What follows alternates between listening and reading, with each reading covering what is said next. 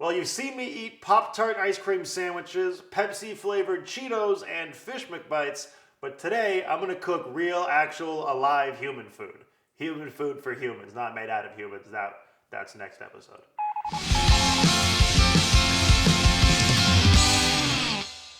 What's up, guys? It's me, Noah Galutin, and yeah, this is a really nice green screen. Actually, that was humor. It's just not a green screen, it's a kitchen. Pretty hilarious. So I've talked a lot to you guys about how I really like eating pasta with meat sauce, mainly because it's delicious. But today, so we don't have a ton of time to sit around and have you watch me make like a 7-hour lamb ragu, I'm gonna make a much faster, simpler, quick tomato meat sauce. It only cooks for about an hour. So you can, go do yoga or something and then come back and eat a bunch of pasta and meat sauce. We got some sweet Italian sausage here, uncooked, because you don't want that pre-cooked crap because then it's gonna not work the same. We got chili flakes, garlic, onions, basil, salt, white wine, canned whole peeled tomatoes, very important.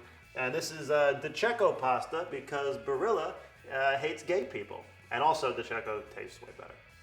So we got some things, pots and pans, cutting board, bowl, spoon. And this is a knife, which is a great tool for cutting things like onions and also your own finger, which I did yesterday while I was prepping ribs. So, just get ready for a lot of bloody discharge in your food today.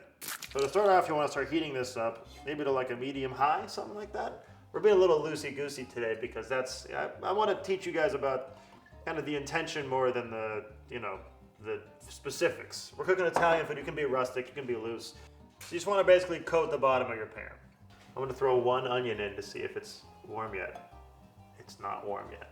We're gonna wait a little longer. And the reason you wanna get your oil hot before you put the stuff in is that way it'll actually sort of fry up the vegetables as opposed to soaking in the oil, and it just kind of tastes better this way.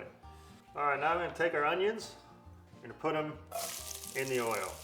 You shouldn't dump it like I did because then it splashes, but I was being dramatic for internet. But yeah, so now you got onions kind of softening up here, and let these go for a few minutes. And they're just gonna kind of hang out.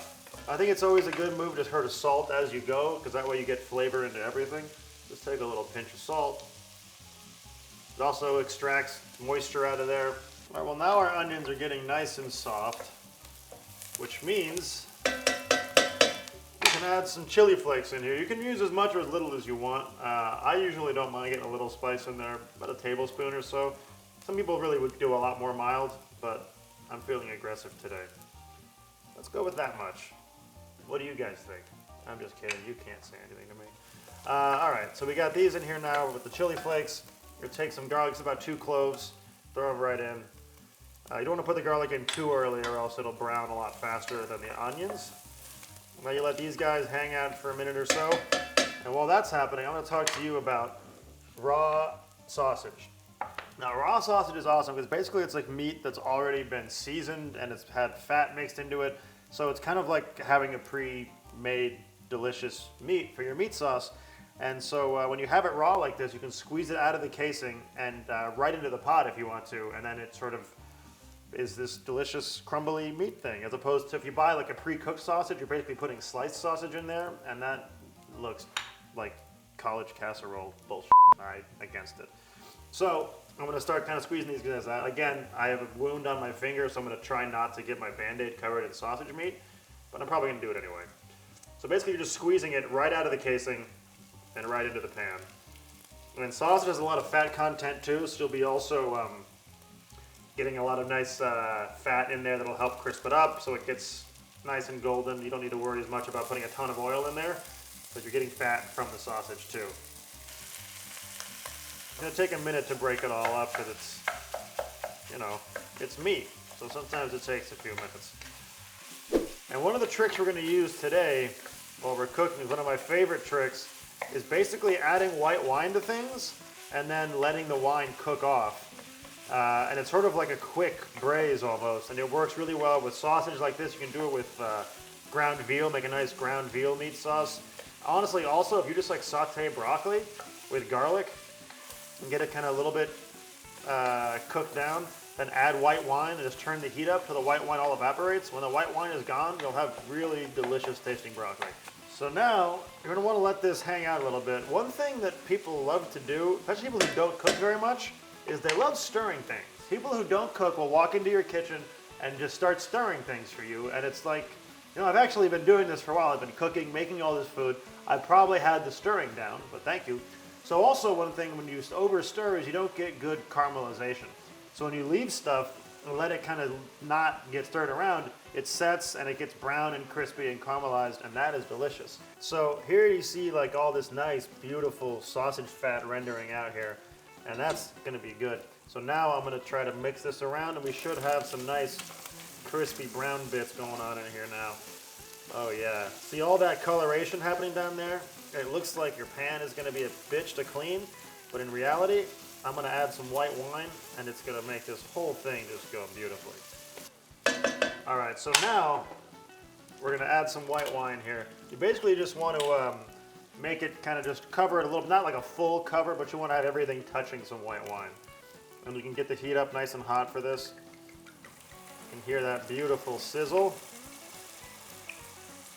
And now, what's happening is it's deglazing, so you can now go and scrape out all those awesome little brown bits from the bottom.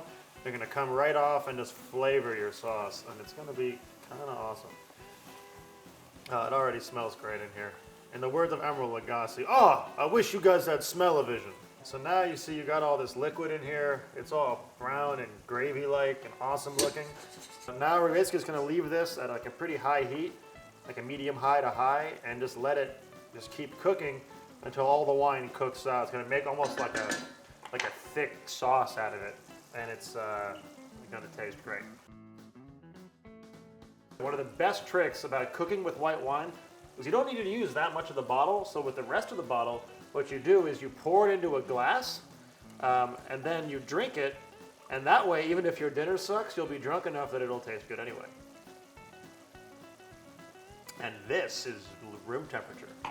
Now, I'm gonna take these whole peeled canned tomatoes. You can use a lot of different brands. Different ones are better for whatever, yada, yada, yada. But the main thing, you want whole peeled tomatoes in their juice. You can buy pre-crushed tomatoes, but the consistency is weird and they taste kind of different. I don't recommend it. All right, so this is a can opener. You use it to open cans. And canned tomatoes are like the best thing. People love to use out-of-season tomatoes for some reason. And I feel like tomatoes are one of those things that taste fantastic when they're really good and in season, and if they're not, they're a disaster. It's like white and pasty, the kind of thing you find on like a Burger King burger, and they're disgusting and foul and terrible. So these were picked in season, and they're canned, and they're delicious, and they're whole and peeled, and the juice has a lot of flavor in there. I want to get that juice out of there. Now, some people will use like a food processor, or they'll chop it by hand, but I'm against that. I believe in cooking like an old grandma as much as possible. So instead, you want to use your hands and crush it. It makes it really rough and loose and rustic.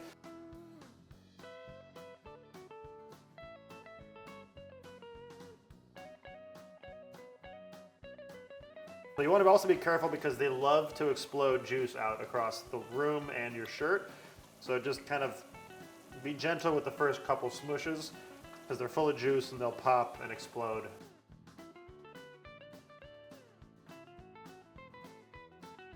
So yeah, just crushing these roughly by hand. Just find any big chunks and make sure they're nice and crushed up. Nothing too crazy. You want some chunks in there, but you just don't want any huge like whole pieces. Looks like the wine is mostly evaporated. Now look at this color, how it looks kind of almost like gravy-like. It's like all brown and delicious looking, and it's kind of almost like a thick, syrupy base at the bottom. It's pretty awesome. I'm very happy with it. I hope that you are happy with it as well. All right, so now you got this going, you got your tomatoes, and basically you pour the tomatoes into here. That's pretty much the entire process. And boom, carefully. Try to scrape out some of these last little bits. There's a lot of flavor in there. And now, since you're adding a new ingredient, you're gonna wanna season it. We didn't season the sausage because sausage already has lots of salts and seasonings in it. So you don't need to season that, otherwise it'll get too salty. So just take a little more salt. Don't be afraid to use salt. People, I think, wonder why their food at home doesn't taste as good as it does in restaurants. And it's because we put a lot of salt in food, because salt is awesome. Now, you don't have to do this. If you use chili flakes, you don't really need black pepper, but I like to put a little bit in there just for a little of a different type of heat. We got sausage, we got tomatoes. We're gonna let this come up to a simmer. And when it comes up to a simmer, we'll do the next step. So you kind of want to let this hang out, but here, I'll let you take a look at it, see what we're working with right now. It's basically tomatoes and sausage. All right, so now there's a few different ways you can add the basil element into this. Some people just take it in at the very end, chop it up and throw it in. A cool trick that I picked up is you just take basically like just stalks of basil like this with the branches and everything, because all the stalks and branches of herbs actually have a lot of flavor in them. They just kind of suck to chew on. So you just take these, you put them right in like that, let them submerge a little, and then we'll take them out later. And then it'll just have all the flavor in there with it. And now what I'm gonna do is basically just take my lid, put it on top of the pot. You wanna put your lids on the top of the pot. Put it on the bottom, it doesn't make any sense. And then you're just gonna turn it down to a little gentle simmer. You got about an hour to kill for this sauce to finish cooking. So what you wanna do is drink the entire rest of your bottle so that when you come back, you'll be wasted. And that is, I'm pretty sure, how cooking goes. Oh yeah, we're doing some good work in here right now. This sauce looks lovely. Stir it up a little bit. See all the things that are happening in here. They look fantastic. I'm very excited about this. So now our sauce is pretty much done. You can now take out these strands of basil, which have basically lost all of their luster at this point. Find these chunks. Honestly, if they stayed in, nobody would be that upset with you. You'd pull through. Now, we've got our water is boiling. One thing you got to make sure you do when you're boiling pasta, you want to salt your water really aggressively. Literally, they say you want to salt it like you would the ocean. It's the only chance you're going to get salt inside of your pasta.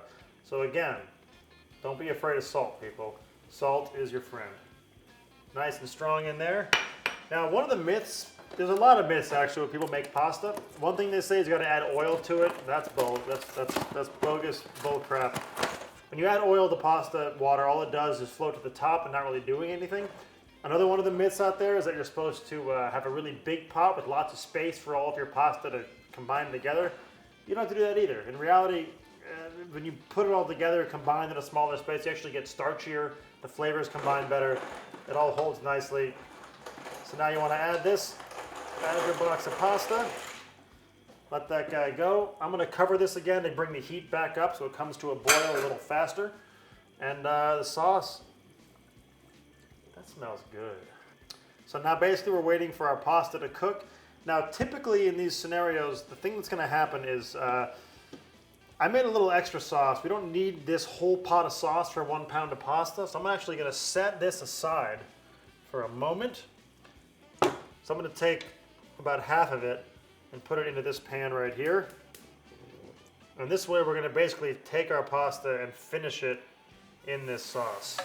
And you can always put a little less than you need, and if you need more, you can throw a little more in as it's cooking as you need it. So for now, we're just going to kind of hang out for a second. Now, you're going to want to cook your pasta till like just before it's done. Now, a lot of people out there, they like to cook the hell out of their pasta, but pasta should be al dente. It should be, as they say, to the tooth. A little bit of bite to it, a little bit hard. And that's the real trick with this. So you want to cook it till it's not ready yet, and then you're going to finish it in the sauce, and that's the real key. So one trick in general when you're making pasta is you want to take this beautiful water you're cooking your pasta in, becomes better and better and better as you cook pasta in it, because what happens, all the starch from the pasta goes into the water plus the salt, so it's kind of a flavorful, salty, starchy pasta, water that is. So you want to take a mug and just save some of this. You may or may not need it, you never know. What you do with this is you hang on to it. You end up with like a thick sauce, or really ideally if you're making like a vegetable pasta or some kind of thing like that, you want to hang on to that to kind of help create more of a kind of loose sauce that'll eventually have the starch to combine to the pasta. It'll just taste fantastic. Basically, you want to start saving your pasta water once your pasta is at least like halfway cooked. So you want to get that starch in there. Once it starts to soften up a little bit, you can pretty much steal some pasta water. If you wait till later, it's obviously not a problem. Let's try one of these now. The best trick for knowing whether pasta is done is to eat it. It's hot, so be careful. We're getting close, probably about a minute or so off. So today you can use, Parmesan cheese is obviously very popular and a great cheese. Today I'm going to use some pecorino to finish this pasta. I'm also going to take some basil, because basil is one of those things that it tastes great when you cook it into the sauce. But when you use fresh basil at the end to kind of help finish your pasta, it's going to kind of be, gives it a little more of a floral element to it. It's going to taste great. And you can basically do whatever you want. You can rip it by hand. I'm going to do just a quick little slice like this. So we got some nice ribbons of basil here you can use to finish your pasta at the end. Finishing is kind of a critical element of pasta because you have all these slow cooked heavy flavors. You want to be able to put in some fresh olive oil, some cheese, a little fresh basil. That'll kind of give it these bright, fresh things to accompany the kind of heavier, slow cooked meat sauce flavor. So now the pasta's cooked. I'm using a rigatoni. This is also a great sauce to use with a fresh homemade pasta, which I do on occasion, but I don't want to get too crazy today. I love rigatoni in general, so basically now I'm going to take this pasta, we're going to put it right in here with the sauce, and again, if we use too much of the pasta and the ratios are wrong, I can always add more sauce. Kind of mix it around a little bit, let it kind of go in there. It's a pretty full pan right now. I don't want to a huge mess. Now remember, some people here, they like to use like an absurd amount of sauce. They like to make it basically a bowl of soup with some pasta in it. And really remember that in Italian cooking, the pasta is really the star, and the sauce, as Mario Batali likes to say, is the condimento. And now here we can use our little trick. Take a little pasta water to help sort of combine this a little bit, but just enough that it kind of starts to, that starchy water kind of comes in there, combines into a nice sauce. Also helps to finish cooking the pasta. That water is going to soak right into those noodles. And we're basically there. And don't forget, one of the most important things to do is you want to taste it and make sure it tastes okay.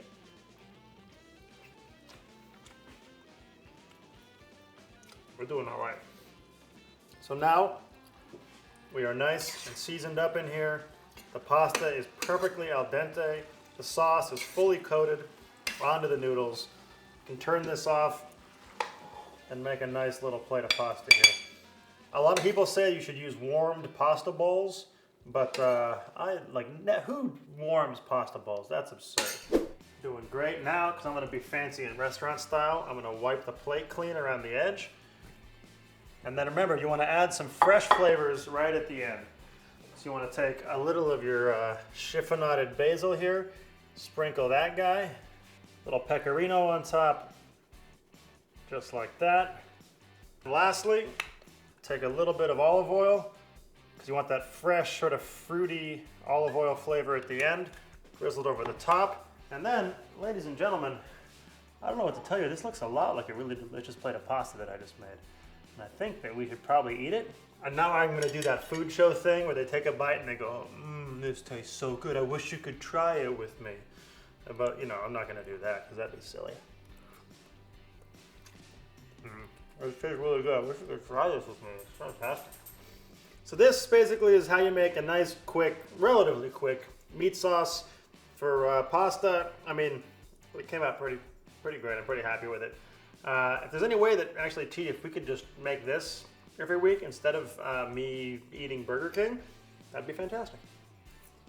I'm eating pasta. I'm a happy man.